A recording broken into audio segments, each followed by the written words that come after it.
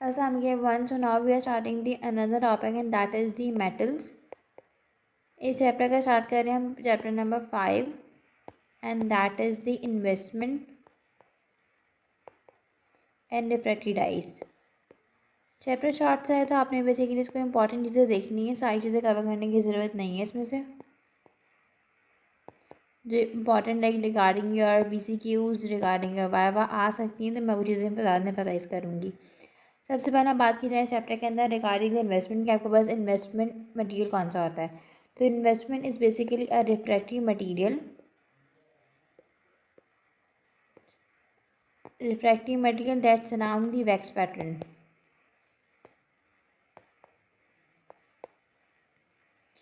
That surrounds your wax pattern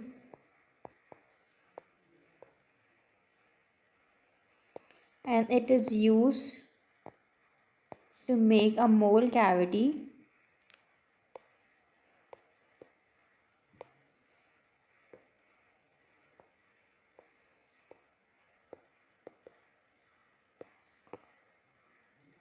into which a liquid metal can be poured.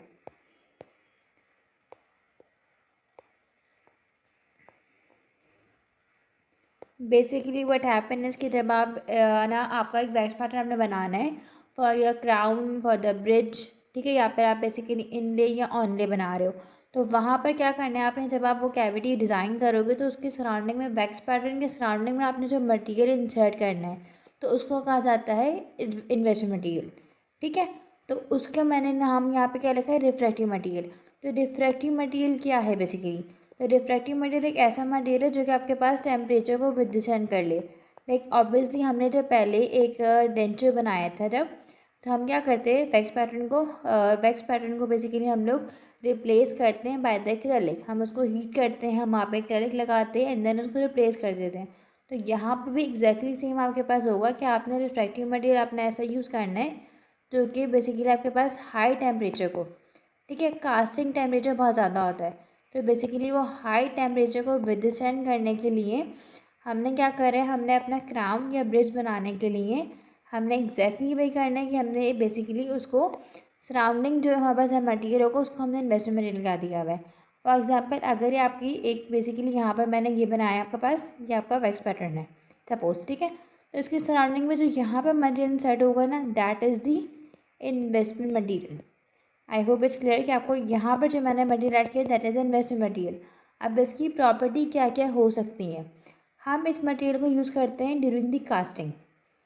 Casting is nothing but आप जब अपने mould cavity बनाओगे, like for example आपका जो wax pattern था आपका ब्रिज है, ठीक है, आपने ब्रिज बनाना है, आपके पास इनले है या फिर आप एक क्राउन बना रहे हो बेसिकली, ठीक है, ऑनले आप बेसिकली क्राउन बना रहे हो, ठीक है. क्राउन बनाने के लिए आपको बेसिकली क्या करना है, वहाँ पे क्राउन बनाने के लिए हमें रिप्लेस करना है वैक्स पैटर्न को. तो उसको रिप्लेस करने के लिए हम यहाँ पे कास्टिंग करते हैं, ठीक है, और वहाँ पे हम अपना मोल्टन अलॉय, लाइक आपने जो आपका जो क्राउन बनेगा वो मेटल का होगा तो हम लोगों ने बेसिकली उस कैविटी के अंदर उस मोल्ड में अपना मोल्टन अलॉय को प्लेस करना है, ठीक है. एंड हमारे पास जो वैक्स पैटर्न है it will be replace by this molten alloy और आपका एक क्राउन बनकर आ जाएगा, ठीक है. अब अगर आपको नहीं पता कि इनले ऑनले क्या है तो मैं वो भी थोड़ा सा बता देती हूँ कि बेसिकली जब आपके पास ना एक बार क्राउन बिल्डअप करना है, ठीक है, ये मैंने पूरा क्राउन बिल्डअप किया that is known as the crown, ठीक है. बट अगर मुझे मल्टीपल कस्ट या सिंगल कस्ट अगर मुझे रिपेयर करना है या half of the crown that is known as onlay. और अगर हमें सिर्फ और सिर्फ एक सेंटर का पार्ट लाइक यहाँ पर आपके पास कस्ट इन्वॉल्व नहीं हुए हुए, इसको हमने नाम दिया हुआ है इनले का, ठीक है. एक सेंट्रल कैविटी के जैसे portion of the tooth that is the inlay prepare कर रहे हो आप, ठीक है. एंड अगर आपके पास कस्ट इन्वॉल्व हैं, मल्टीपल कस्ट हैं, सिर्फ एक कस्ट है दैट इज़ दी ऑनले, ठीक है. और अगर आप पूरा क्राउन बिल्डअप करोगे दैट इज़ दी क्राउन का नाम दोगे उसको, ठीक है. आई होप इट्स क्लियर तीनों का डिफरेंस. तो हमने क्या करना है, हमने यहीं पर ही बेसिकली आप क्राउन जब बनाते हो तो उसके लिए आप कास्टिंग करते हो और उस कास्टिंग के प्रोसीजर के अंदर हम यूज़ करते हैं इन्वेस्टमेंट मटेरियल्स को. Now let's discuss about the requirements of the investment materials कि आपके पास जो इन्वेस्टमेंट मटेरियल है वो उसकी रिक्वायरमेंट्स क्या क्या होंगे, लाइक किस टाइप का मटेरियल आप इन्वेस्टमेंट के लिए यूज़ करोगे। ठीक है, तो सबसे पहले जैसे मैंने कहा कि आपके पास ऐसा मटेरियल हो जो कि आपके पास कास्टिंग टेम्परेचर को विदस्टैंड कर ले। तो it should be enough to it has an enough strength so that आपके पास ये एट हाई टेम्परेचर के ऊपर विदस्टैंड कर ले। हाई टेम्परेचर के ऊपर इसकी स्ट्रेंथ में फ़र्क नहीं पड़ना चाहिए। सेकंड, इसके अंदर बेसिकली ईजीली मैनिपुलेट कर ले ये। ठीक है, लाइक ईजी टू हैंडल हो, it should be easy to handle. And आपके पास सेटिंग भी बहुत शॉर्ट टाइम के अंदर सेटिंग हो जाए इसकी, सो डेट आपका टाइम ऑब्वियसली बचेगा। ठीक है, तो आपके पास सेटिंग जो है हमें सॉरी ना जितना कम होगा उतना ज़्यादा हमें बेनिफिट्स आएंगे। ठीक है, इसके अलावा हमने क्या देखना है इसके अंदर, स्ट्रेंथ जो है बेसिकली कंप्रेसिव स्ट्रेंथ अच्छी होनी चाहिए। It should have high value of compressive strength. Also आपका जो मटेरियल है, अब जब आप इन्वेस्टिंग करोगे तो ऑब्वियसली वैक्स पैटर्न जो होगा वो क्या कर रहा है, श्रिंक करेगा। वो हाई टेम्परेचर के जब आप कास्टिंग करते हो तो वैक्स पैटर्न नॉर्मली श्रिंक कर जाता है, उसके अंदर कॉन्ट्रैक्शन हो जाती है। तो उसको अवॉइड करने के लिए हमने क्या करना है, हमारा जो इन्वेस्टमेंट मटेरियल होगा it should show expansion, so that इसके कुछ फिनोमेना से हम डिस्कस करेंगे कि कौन से phenomena and that is important. इसके अलावा हमारे पास कुछ मिनिमम प्रोसेस होनी चाहिए, दैट इज़ इम्पॉर्टेंट। मिनिमम प्रोसीडीज़ की बेनिफिट क्या है, इसका एक फिनोमेना है इसका भी कि आपके पास जब प्रोसीडीज़ होंगी तो वहाँ से जो आपके पास हाई टेम्परेचर पे हीट है वो रिलीज़ कर जाएगी। जब हीट रिलीज़ होगी तो मटेरियल को केपेबल होगा कि बेसिकली वो प्रॉब्लम ना करे। ठीक है, अदरवाइज़ क्या होगा, अगर आपने मटेरियल को स्पेस नहीं दी तो उसके अंदर जब आप अपनी फाइनल जब प्रोसेस बनकर आएगी तो उसमें चांसेस है प्रोसीडीज़ होंगी उसमें। तो उसको मिनिमाइज़ करने के लिए हमने अपने इन्वेस्टमेंट मटेरियल्स के लिए होल्स करते हैं, कुछ मिनिमम प्रोसीडीज़ उसके अंदर हम रखते हैं सो डैट आपके पास ये प्रॉब्लम नहीं हो।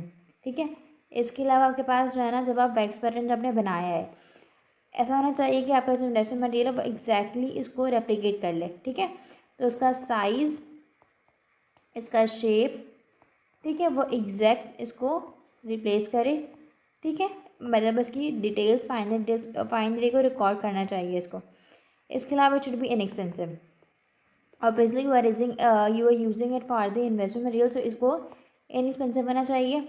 ठीक है, और मोस्ट इम्पॉर्टेंट चीज़ कि जब मैंने कहा कि आपके पास इन्वेस्टमेंट मटेरियल, जाहिर सी बात है जब आप इस आपका एक मोल्ड है, ठीक है, तो आपके पास जब आप इसको निकालोगे तो ऑब्वियसली ये ब्रेक हो जाए। ठीक है, ईजीली आपके मेटल क्राउन से सेपरेट हो जाएगी। ठीक है, तो ये ईजीली आपके पास क्या हो जाए, इसके अंदर इतनी प्रॉपर्टी होगी ना कि परमानेंटली बॉन्ड बन जाएगी। ऐसा नहीं करना हमने इसको ईजिली ब्रेक अवे करना है। हम जब डेंचर बनाते हैं तो हम डेंचर को एक्रेलिक जो प्लेट बनाते हैं तो उसको भी हम प्लास्टर साइड का हटाते हैं, प्लास्टर को ना एक्रेलिक प्लेट से। तो वैसे ही सेम आपने यहाँ पर भी इन्वेस्टमेंट मटेरियल को इस अपने प्रोसेस से अलग करना है। ठीक है, तो इसकी कुछ प्रॉपर्टीज़ हैं, कुछ रिक्वायरमेंट्स हैं ये। अगर हम बात करें आपके पास इन्वेस्टमेंट मटेरियल कौन से टाइप्स के होते हैं, तो we are 3 types of investment materials, that is important, और ये आपको याद रखनी चाहिए कौन सी टाइप्स हैं और किसकी क्या इंपॉर्टेंट प्रॉपर्टीज़ हैं। सबसे पहले हमारे पास आते हैं यहाँ पे gypsum bonded. Gypsum is widely use as an investment material and it is most common most common यहाँ पास यूज होता है gypsum. Second is silica bonded, and third we have is the phosphate।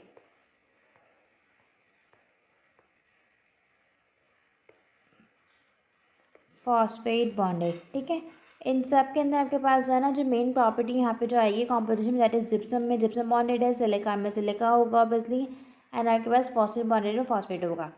अब इनकी प्रॉपर्टीज़, इनकी composition discuss करते हैं। सबसे पहले हम बात करेंगे regarding the gypsum bonded material, उसके बाद हम फर्दर चेक करेंगे। अच्छा, जो मेन कॉम्पोजिशन होती है आपके पास जिप्सम बॉन्डेड मटेरियल की या ऑल योर इन्वेस्टमेंट मटेरियल, उनके अंदर 3 चीज़ें होती हैं मेनली। ठीक है, सबसे पहले मैंने कहा एक रिफ्रैक्टिव मटेरियल होगा यहाँ पे। अब इसमें जो रिफ्रैक्टिव मटेरियल यूज़ होगा आपने इसका नाम याद रखना, that is important, and that is the silicon dioxide. ठीक है, ये सिलिकॉन डाइऑक्साइड जो होता है ना, ये हाई टेम्परेचर को विदस्टैंड करने के लिए हम यूज़ करते हैं, इसी वजह से इसको कि ये हाई टेम्परेचर को विथस्टैंड कर लेता है ये। और सिलिका डिफरेंट फॉर्म में होता है बेसिकली ये, मैं बताऊँगी इसकी कितनी फॉर्म्स हैं। सेकेंड हमारे पास यहाँ पे इसके अंदर होता है बाइंडर, ठीक है। और बाइंडर्स की प्रॉपर्टी को कैरेक्टराइज कर रहा होता है, लाइक स्पेशलाइज प्रॉपर्टी प्रोवाइड कर रहा है बाइंडर, ठीक है। बाइंडर बेसिकली कोहेरेंट मास, लाइक आपके पास ना बाइंड करने के लिए, ठीक है, एक कोहेरेंट मास फॉर्म कर रहा है, ये सॉलिड मास। और इसके अलावा हम कुछ केमिकल्स ऐड करते हैं इसके अंदर, जैसे कि बोरिक एसिड है, इसके अलावा पोटेशियम सल्फेट है, ग्रेफाइट है, कॉपर पाउडर है, ये सब हमने केमिकल्स ऐड किए हैं इसके अंदर। आप regarding the gypsum bonded materials,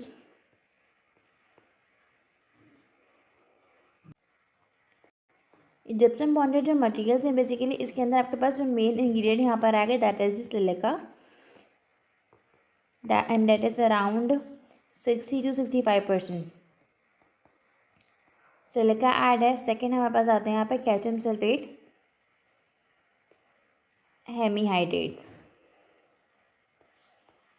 ठीक है, ये हेमीहाइड्रेट फॉर्म में कैल्शियम सल्फेट हेमीहाइड्रेट है इसके अंदर, and that is around 30 to 35%।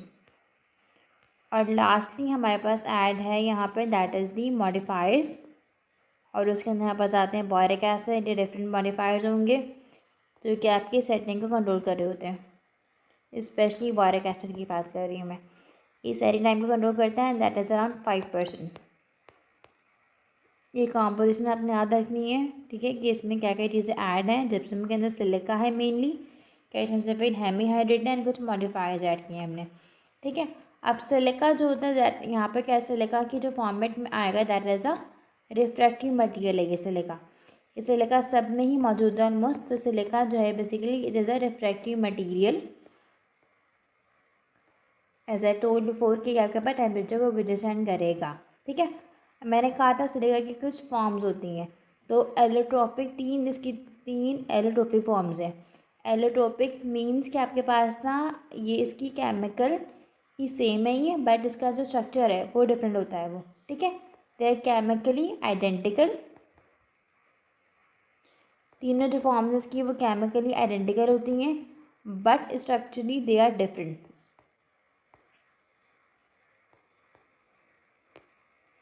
आप तीन के नाम आपको पता होने चाहिए, ठीक है। उसमें हमारे पास आता है पहला that is a quartz, second is cristobalite, and third is the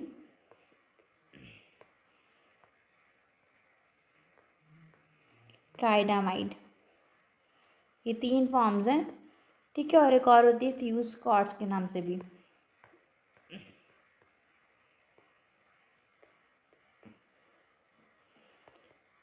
अच्छा, अब आपके पास जो है ना, मैंने कहा था कि जब आप यहाँ पे क्या होगा कि बस मेनली हमारे पास जो हमने जो काम करना है ना, जिनसे हमारे काम की यहाँ पे सिर्फ दो हैं, दैट इज़ दी सबसे पहले आपके पास आती है यहाँ पे क्वार्ट्ज, और दूसरी ये क्रिस्टोबेलाइट, ठीक है। ये दोनों आपने याद रखनी है मेनली, ठीक है। डेंटिस्ट्री में दोनों ज़्यादा यूज़ हो रही होती हैं, ठीक है।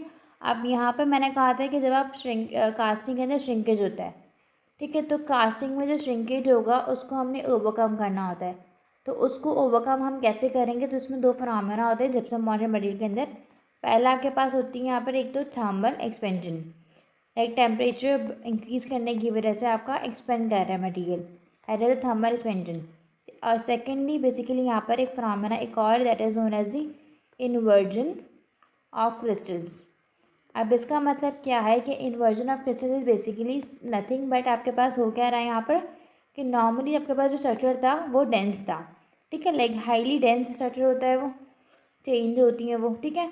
तो वो बेसिकली आपके पास लेस डेंस में कन्वर्ट हो जाती हैं, वो लेस डेंस में कन्वर्ट हो रही हैं, वो मीन्स कि आपके पास यहाँ पर जो स्ट्रक्चर्स हैं ना वो स्ट्रेट हो जाते हैं। वो अगर फॉर एग्जांपल चेन जो है मैं अगर इस तरीके से बनाऊँ चेन, तो वो बहुत ज़्यादा इस तरीके से चेन बनती है, इस ऐसे करके, ठीक है।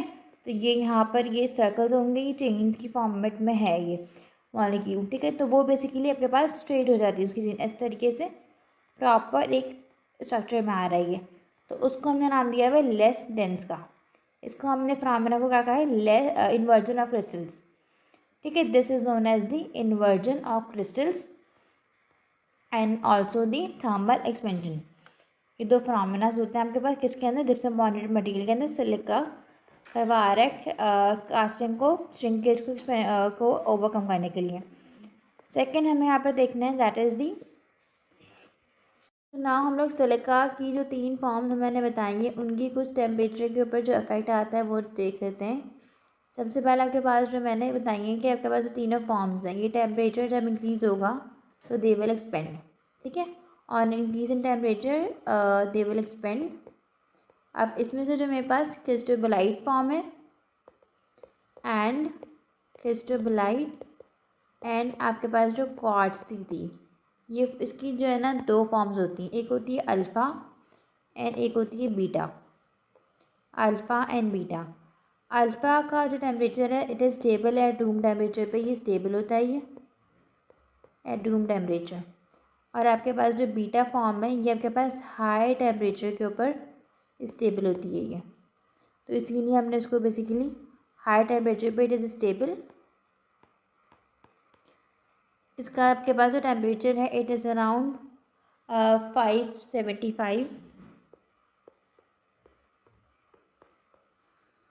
575 डिग्री सेल्सियस, और इसीलिए हमने इसको नाम दिया हुआ है लो क्वार्ट्ज का, वेरएस बीटा को हमने नाम दिया हुआ है हाई क्वार्ट्ज का, ठीक है। अब बेसिकली जब आप ये अल्फ़ा से बीटा में जो कन्वर्जन है ना, यही आपके पास जो है ना कन्वर्जन होगी, और इसी को हमने बोला है कि बेसिकली यहाँ पे रिएक्शन होगा इनका, ठीक है। जब टेम्परेचर इंक्रीज़ होगा जिसकी वजह से क्या होगा, टेम्परेचर इंक्रीज़ करने की वजह से आपके पास अल्फ़ा जो फॉर्म है it will convert into beta, alpha beta में जाएगी। अल्फ़ा का लो क्वार्ट्ज है और ये बीटा जो है वो हाई क्वार्ट्ज है, लाइक हाई टेम्परेचर है इसका, ठीक है। अगर बात करें ज़्यादातर जब के पास सिलिका होते हैं they are in the alpha form में होते हैं वो, ठीक है, और जब बीटा में आ जाएगा तो इसका मतलब इसकी एक्सपेंशन हो रही है ये, मतलब चेन बेसिकली चेन इन्वर्जन का जो फॉर्म है वो एक्सपेंड करवा रहे हैं बीटा फॉर्म में। इसके अलावा अगर जो क्रिस्टलाइज की फॉर्म थी बेसिकली एक्सपेंशन जो होती है, बेसिकली एक्सपेंशन सबसे ज़्यादा जो हमारे पास होती है ना, सबसे ज़्यादा तीनों में सबसे ज़्यादा एक्सपेंशन किस में होगी, तो उसका आपके पास आंसर ये है कि क्रिस्टोबलाइट के अंदर हमारे पास ज़्यादा एक्सपेंशन होती है, और हमारे पास सबसे ज़्यादा अदर कम जो हो रही है दैट इज़ इन दी ट्राइडामाइट। ट्राइडामाइट में हमारे पास कम एक्सपेंशन होती है और क्रिस्टोबलाइट में ज़्यादा होती है। ये आपके एमसीक्यूज़ में आ सकता है वैसे टेम्परेचर भी, और किस में ज़्यादा एक्सपेंशन हो रही है किस में कम हो रही है, इसलिए मैंने आपको यहाँ पे बता दिया है ये भी।